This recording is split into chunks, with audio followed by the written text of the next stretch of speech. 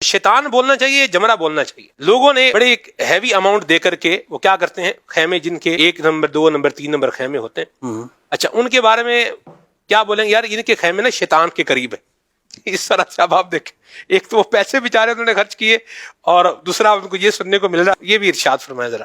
دیکھیے اس کو یوں بھی بولا جا سکتا ہے کہ ان لوگوں کے لیے ایک عبادت کی ادائیگی آسان ہے. واہ. جب حج کا ایک منسک ادا کرنے جائیں گے تو نزدیک ہے اور بہتر انداز میں ادا کر سکتے ہیں. اصل تو وہ علامت ہے. صحیح. جمرہ ایک ستون کو کہتے ہیں. ٹھیک. پہلے وہ ستون پتلا سا تھا، اب اس کو انتہائی مہارت کے ساتھ کہ جو فقہی اعتراضات ہوتے ہیں اس سے بچتے ہوئے واہ. اس کو بڑا کر دیا گیا ہے. صحیح. یہ آج بھی نیچے اتنا ہی چھوٹا ہے. صحیح. چوڑا کرنے کا مقصد یہ ہے کہ زیادہ لوگ ایک وقت میں کنکری مار سکیں. ٹھیک. ان کے کنکریاں نیچے سلوب ہے، اس میں جا کے اصل جمرے ہی کو لگتی ہیں. ٹھیک ہے. یعنی اندر سے کھوکھلا ہے، اسی کو لگتی ہیں. اور پھر کئی منزل بنا دیا. کئی منزل بنا دینے کی وجہ سے لوگ جو ہیں وہ کئی منزلوں پر ایک بیک وقت کر رہے ہوتے ہیں. سب سے زیادہ جو ہلاکتیں ہوتی تھیں وہ رمی کے وقت ہوتی تھیں. صحیح.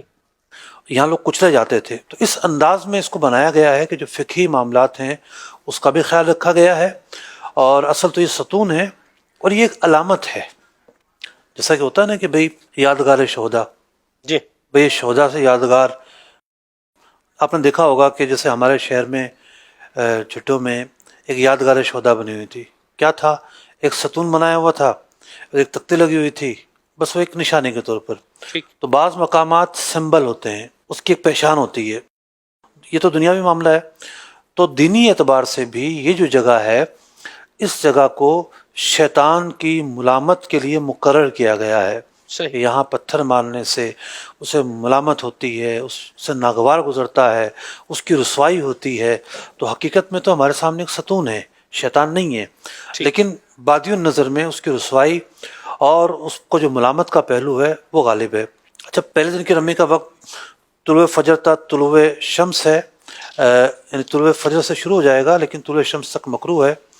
اور اس کے بعد طلوع شمس سے لے کر زوال کا وقت شروع ہونے تک یہ مسنون وقت ہے، اور مغرب تک مباح وقت ہے.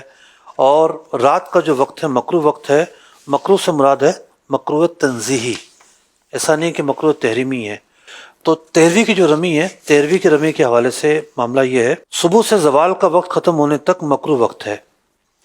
تو ظہر کا وقت شروع ہوگا تو ظہر کا وقت شروع ہونے سے لے کر مغرب تک اس کا جو وقت ہے جو غیر مکروہ وہ ہے. اب اس کا وقت مغرب کے بعد نہیں ہے. ٹھیک. پچھلی رمیوں میں تو یہ تھا رات کو وقت تھا، 13ویں کا نہیں ہے. 13ویں کی رمی علی الاطلاق مستحب ہے، اور رات ہو جائے تو موقت ہو جائے گی. اور اگر فجر ہو جاتی ہے تو پھر واجب ہو جائے گا کہ رمی کیے بغیر جانا جائز نہیں ہے. بہت سارے لوگ ہیں جو 13ویں کی رمی بھی کرتے ہیں اور 13ویں کی رمی کر کے روانہ ہوتے ہیں. اچھا، رمی کے تعلق سے ایک چیز یہ ہے کہ پہلے دن صرف بڑا جمرے کی رمی کرنی ہے، اور دوسرے تیسرے دن اگر 13ویں کی بھی کرنی ہے تو تینوں جمروں کی رمی کرنی ہے. تھوڑا سا ایک فرق بھی ہے اس میں، جیسا کہ پہلے دن جب جائیں گے تو مینا دائیں جانب ہوگا اور کعبہ شریف بائیں جانب ہوگا. صحیح.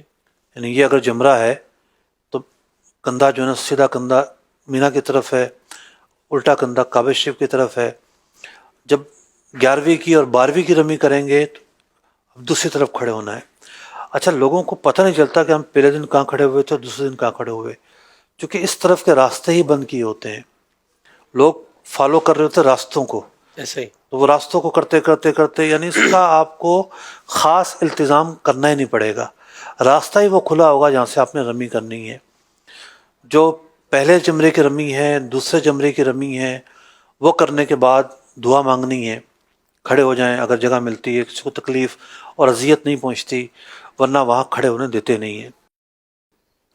اور جو تیسرا جمرہ ہے اس کی جو دعا ہے وہ چلتے چلتے کرنی ہے. ٹھیک. یہ ایک دعا کا معاملہ ہے.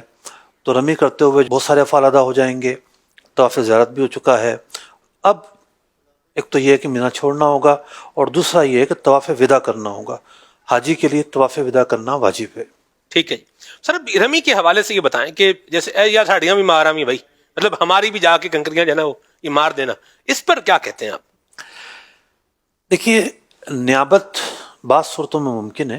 اگر کوئی اپاہج ہے، معذور ہے، بہت شدید بیمار ہو گیا کہ چل کے وہ آ نہیں سکتا رمی کرنے کے لیے، تو اس کی نیابت کے لیے ماری جا سکتی ہے. پہلے کرنے والا خود اپنی کرے گا، پھر اس کی طرف سے کرے گا.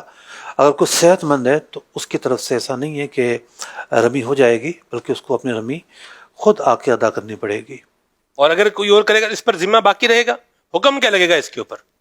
یعنی جس نے رمی نہیں کی، یعنی جو ہے نا وہ اس نے 11ویں کی رمی، تینوں شیطانوں کو کنکریاں مارنی تھیں، خود مارنی تھیں، اور 7 کنکریاں سب کو ساتھ ساتھ مارنی تھی، 21 مارنی تھی. اس نے بولا بھائی اب آپ جا رہے ہو یار، گرمی بڑی ہے، بس ٹھیک ہے آپ کرو. اب اس کے لیے حکم کیا؟ ترک واجب کا حکم ہے.